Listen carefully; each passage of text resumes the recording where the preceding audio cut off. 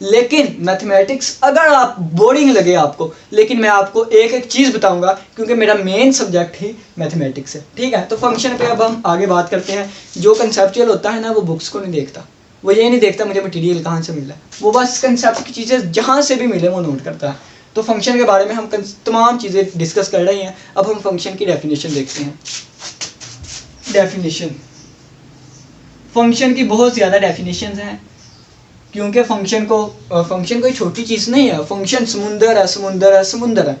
तो उस समुंदर में से एक छोटा सा पोर्शन उठा के मैं आपको डेफिनेशन एक बताऊंगा और उसकी एक्सप्लेनेशन कर दूंगा। तो फंक्शन की डेफिनेशन लिखें। पहली बात तो ये कि फंक्शन एक रिलेशन होता है। Function is a relation. Function एक रिलेशन होता है। जब फंक्शन एक रिलेशन होता है तो फंक्शन और रिलेशन में क्या फ़र्क होता है ये भी हम आगे डिस्कस करेंगे। सबसे पहले हमें पता होना चाहिए रिलेशन क्या होता है। रिलेशन क्या होता है? क्या तुम रिलेशन में हो? नहीं उस्ताद जी, मैं रिलेशन में। तो रिलेशन बनना भी नहीं हमारा किसी के साथ, हम पढ़ने वाले बच्चे हैं, ठीक है। तो रिलेशन क्या होता है? ताल्लुक। रिलेशन क्या होता है? रिश्ता, ठीक है। रिलेशन का मतलब क्या होता है? रिश्ता। रिलेशन का होता है ताल्लुक। और रिलेशन कम से कम दो चीज़ों के दरमियान होता है, ज़्यादा से ज़्यादा 4 दोस्तों के दरमियान, 5 दोस्तों के दरमियान, 6 चीज़ों के दरमियान, 7 चीज़ों, कम से कम 2 के दरमियान। तो हम फंक्शन को 2 वेरिएबल्स के दरमियान रिलेशन देखेंगे, ठीक है। अब वेरिएबल ही क्यों? मैंने पहले बताया कि जो क्वांटिटी चेंज होती रहे उनके दरमियान रिलेशन होगा, सही। अब फंक्शन एक रिलेशन होता है, एक रिश्ता होता है 2 क्वांटिटीज़ के दरमियान कि एक चीज़ दूसरी चीज़ पे किस तरह डिपेंड कर रही है, ठीक है। पता चल गया फंक्शन इज अ रिलेशन। अब जब हम मैथ में डिस्कस करेंगे तो हम रिलेशन क्वांटिटी को कैसे लिखेंगे? हम क्वांटिटी को वेरिएबल्स में लिखेंगे। ऐसी क्वांटिटीज़ जो कि बदलती रहें उनको हम वेरिएबल्स कहते हैं। और वेरिएबल्स के लिए आपको पता है एक्स वाई जी का यूज़ करते हैं, ठीक है। लेकिन हम 2 वेरिएबल्स उठाएंगे तो अपनी मर्जी का कोई 2 वेरिएबल उठा ले। तो जैसे कह रहा कि टास्क कर लेते हैं, किनको उठाएं? जिन 2 पे उंगली आ गई तो ये पहले 2 पे आ गई तो हम पहले 2 उठा लेते हैं, ठीक है। ये 2 हमने पहले वेरिएबल उठा लिए। फंक्शन रिलेशन होता है एक्स और वाई के दरमियान। अब आगे वाली कंडीशन देखना, जो आगे वाली कंडीशन लगेगी ना वही हमें फंक्शन और रिलेशन से अलग अलग करेगी। रिलेशन को अगर देखा जाए तो एक तो हम पढ़ के आए हैं ना, ये हम कैलकुलस की बात कर रहे हैं, कैलकुलस की, जिसमें हम देखते हैं कंटिन्यूस चेंज को। कैलकुलस में हम देखते हैं कंटिन्यूस चेंज को। एक हमारे पास आती है डिस्क्रीट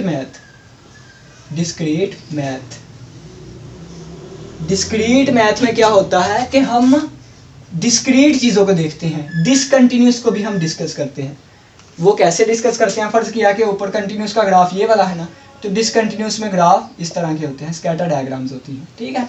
यानी कि कंटिन्यूटी नहीं होती, ये इंटरवल होता है, ये डिस्क्रीट वैल्यूज होती हैं। तो उसमें हम सेट को डिस्कस करेंगे। और सेट क्या होती है? चीज़ों की कलेक्शन होती है जिनको हम कलेक्ट कर सकते हैं। तो उसमें फिर जाके हम रिलेशन को डिस्कस करेंगे। रिलेशन एक पूरा चैप्टर है, रिलेशन भी अपने आप में एक समुंदर है, ठीक है। तो यहाँ पे हम देखेंगे कौन से रिलेशन फंक्शन होते हैं। तो चलिए आइए हम यहाँ पे फंक्शन की हद तक ही रहते हैं। फंक्शन एक रिलेशन होता है। आगे कंडीशन देखना क्या लगती, एक्स और वाई के दरमियान होता है, इन विच, जिसमें for each value of X there exist only one value in Y. अब एक और चीज यहां पे या लिख लें, या और in which for each value of Y there exist only one value in X. अगर तो आप मैथमेटिक्स के स्टूडेंट हैं और आपको फंक्शन के बारे में थोड़ा सा पहले पता है, तो जब मैंने ये लाइन लिखी तो आपने या तो वीडियो बैक कर दी होगी कि ये तो गलत बता रहा है, ठीक है। बुक्स में ऐसा नहीं लिखा होता। मैंने पहले बताया कि यहाँ मैं कंसेप्ट क्लियर करवाऊंगा। बुक में अगर ऐसा लिखा है तो क्यों लिखा है ये भी हमें पता होना चाहिए। अब ये देखें, फंक्शन एक रिलेशन होता है x और y के दरमियान। अगर x की एक वैल्यू पुट करने पे, अगर x की हर एक, ईच का मतलब हर वैल्यू पुट करने पर y में सिर्फ एक आंसर आए तो हम कहेंगे कि y is a function of x। तो हम कहेंगे कि y is a function of x, function of x, ठीक है। और अगर y की हर एक वैल्यू पुट करने पे x में एक आंसर आए तो हम कहेंगे कि x is a function of y, x is a function of y, function of y। अब कॉलेज वालों ने तमाम बच्चों को साथ लेके चलना होता है, तो ये अगर रुख है ना, एक मार्कर इतना ये रुख आपको नजर आ रहा है तो ये रुख नहीं दिखाते। फंक्शन ये भी हो सकता है, फंक्शन ये भी हो सकता है। जब हम ये फंक्शन लेके चलेंगे तो यहाँ पे हमारे पास x आएगी डोमेन, यहाँ पे x हमारे पास आएगा इंडिपेंडेंट वेरिएबल। जब हम ये फंक्शन लेके जाएंगे तो y आएगा रेंज, y आएगा डिपेंडेंट वेरिएबल, y आएगा वैल्यूज ऑफ फंक्शन। लेकिन जब हम इस रुख को लेके चलेंगे तो यहाँ पे y आएगा डोमेन, तो यहाँ पे y आएगा इंडिपेंडेंट वेरिएबल। आप मुझे बताएं, अगर आप मैथमेटिक्स का स्टूडेंट है, y is equal to x plus 7 लिखा हुआ है, एक्स प्लस 7 लिखा हुआ है, तो ये तो हम कह देते हैं कि फंक्शन है, y is a function of x। तो क्या हम इसको नहीं कह सकते ये फंक्शन है? और ये भी एक फंक्शन है, इसमें y डोमेन है, इसमें y इंडिपेंडेंट है, यहाँ पे x रेंज है, x डिपेंडेंट है, ये x is a function of y है, ये y is a function of y है। लेकिन किताबों में इस चीज को नहीं दिखाया जाता, इसको साइड पे कर दिया जाता है और ये ऊपर वाले फंक्शन को उठा लिया जाता है, जिसमें y को आप जहां कहीं भी देखेंगे वहां पे लिखा होगा y dependent, x independent, y range, x domain. सही, आप ये भी यूज कर सकते हैं, अपनी बुक लिखें ये यूज कर, कोई भी इंटरनेशनल ऑथर आपको गलत नहीं कह सकता, ठीक है ना। लेकिन हम बुक के हिसाब से चलते हैं, आपको सिर्फ बताना था कि ये चीज़ ऐसे भी हो सकती है, लेकिन अब हम इसको छोड़ देते हैं और ऊपर वाली को उठा देते हैं, ठीक है। परेशान नहीं होना। कुछ स्टूडेंट्स का क्वेश्चन होता है कि हम y को ही x क्यों कहते हैं, हम x को ही इंडिपेंडेंट क्यों लेते हैं, हम y को भी ले सकते हैं, ठीक है ना।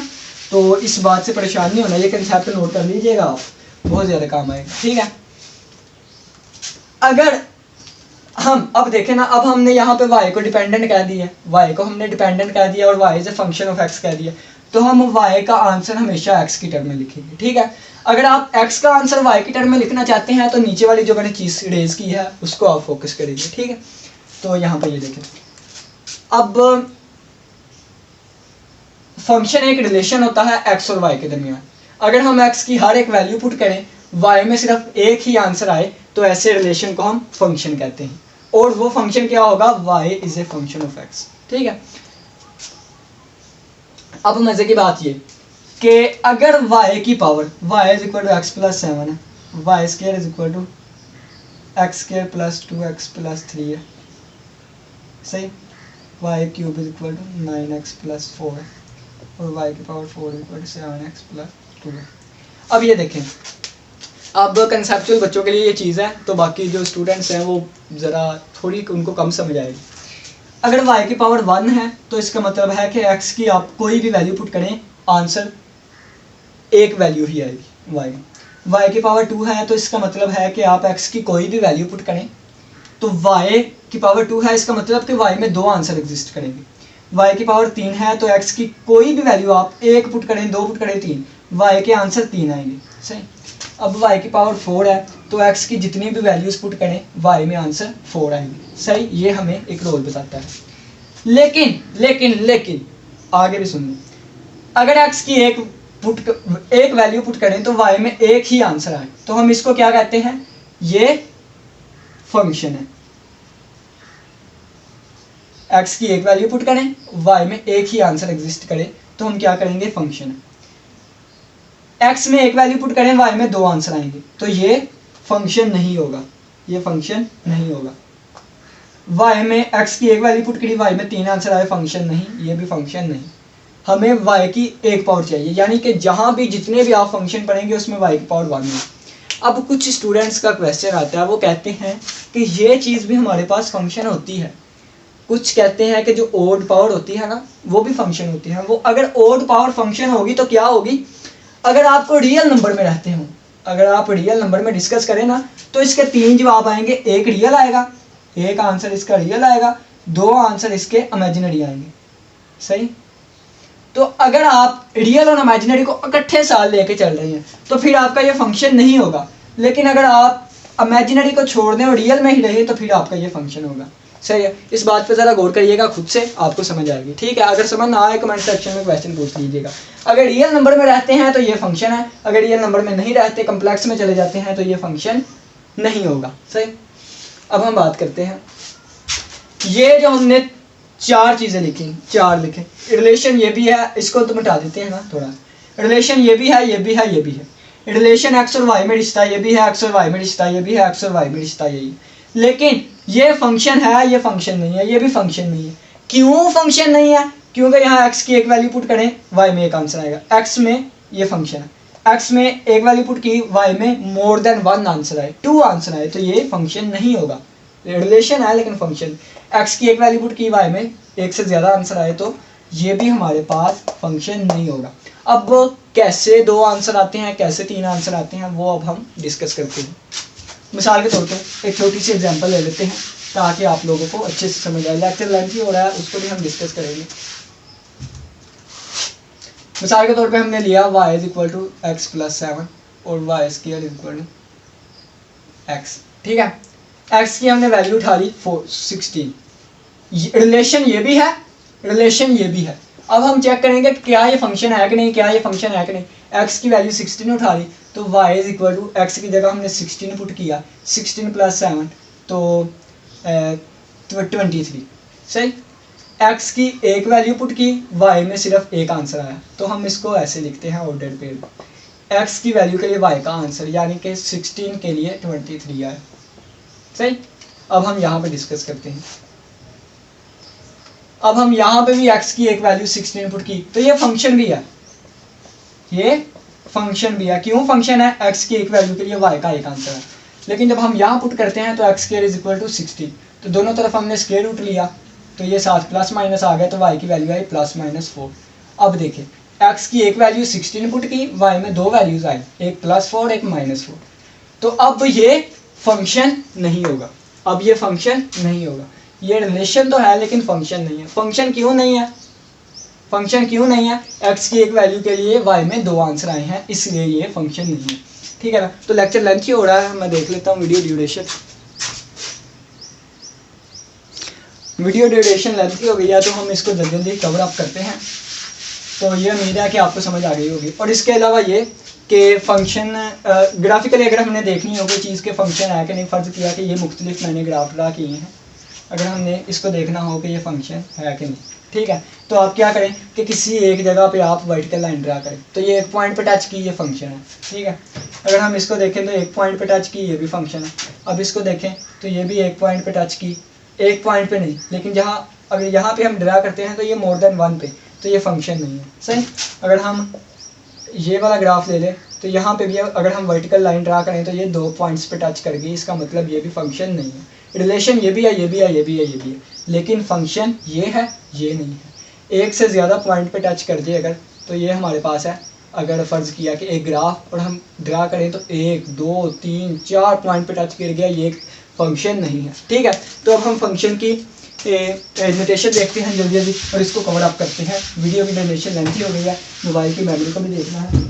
तो फंक्शन की अगर हम नोटेशन करें तो कहते हैं कि अगर x की हर एक वैल्यू के लिए, ईच वैल्यू यानी कि x की हर एक वैल्यू के लिए y में एक ही आंसर एग्जिस्ट करता है, ठीक है, एक ही आंसर एग्जिस्ट करता है, तो हम क्या करेंगे कि y is a function of x, y is a function of x, y x का फंक्शन होगा। ठीक है। अगर y x का फंक्शन होगा तो इसके लिए एक सिस्टमेटिकली एक नोटेशन बना दी गई जिसको हम कहते हैं notation of function, notation of function. और वो नोटेशन क्या है वो आपको भी बताता हूँ, एमसीक्यूज में आ जाती है सेकेंड ईयर की क्लास में। y is equal to f of x। इसमें y हमारे पास क्या है? वैल्यू ऑफ फंक्शन है। ठीक है, वैल्यू ऑफ फंक्शन। इसमें y हमारे पास क्या है? Dependent variable. ठीक है। इसमें y हमारे पास क्या है? रेंज है। इसमें x हमारे पास इंडिपेंडेंट वेरिएबल। ठीक है, इसमें एक्स हमारे पास क्या है, इसमें एक्स हमारे पास डोमेन है। ठीक है, तो ये नोटेशन पेश किसने की, तो ये नोटेशन हमारे पास एक स्विट्जरलैंड का मैथमेटिशियन था जिसका नाम था लियोनहार्ड आयलर। लियोनार्ड आयलर, ये स्विट्जरलैंड का मैथमेटिशियन था, यानी कि स्विस मैथमेटिशियन था। इसके अलावा ये कि ये हमारे पास 1707 में पैदा हुआ और 1783 में इसने वफात पाई। ठीक है, और इसके अलावा ये इसने नोटेशन पेश की। अब इस नोटेशन को हम ऐसे भी लिख सकते हैं, ठीक है, लेकिन ये क्या है, x is a function of y। यहाँ पे y की हर एक वैल्यू के लिए x में एक आंसर आना चाहिए। यहाँ पे ये हमारे पास रेंज आएगी, डिपेंडेंट वेरिएबल आएगा, ये आएगी हमारे पास डोमेन और इंडिपेंडेंट वेरिएबल। तो इसका आप देख लीजिएगा। तो उम्मीद करते हैं कि आज के लेक्चर की आपको समझ आई होगी। मैक्सिमम चीज़ें मैंने कवर करने की कोशिश की। तो अगर आपको कोई भी यहाँ पे प्रॉब्लम हो फंक्शन के रिलेटेड तो आप मुझसे पूछ सकते हैं। बाकी फंक्शन का ग्राफ, बाकी लेक्चर्स आते रहेंगे और आप देखते रहिएगा। वीडियो अच्छी लगी हो तो वीडियो को लाइक करें, चैनल को सब्सक्राइब करें, और मुझे पता है कि आप दोस्तों से शेयर नहीं करेंगे क्योंकि शेयर कोई भी नहीं करता।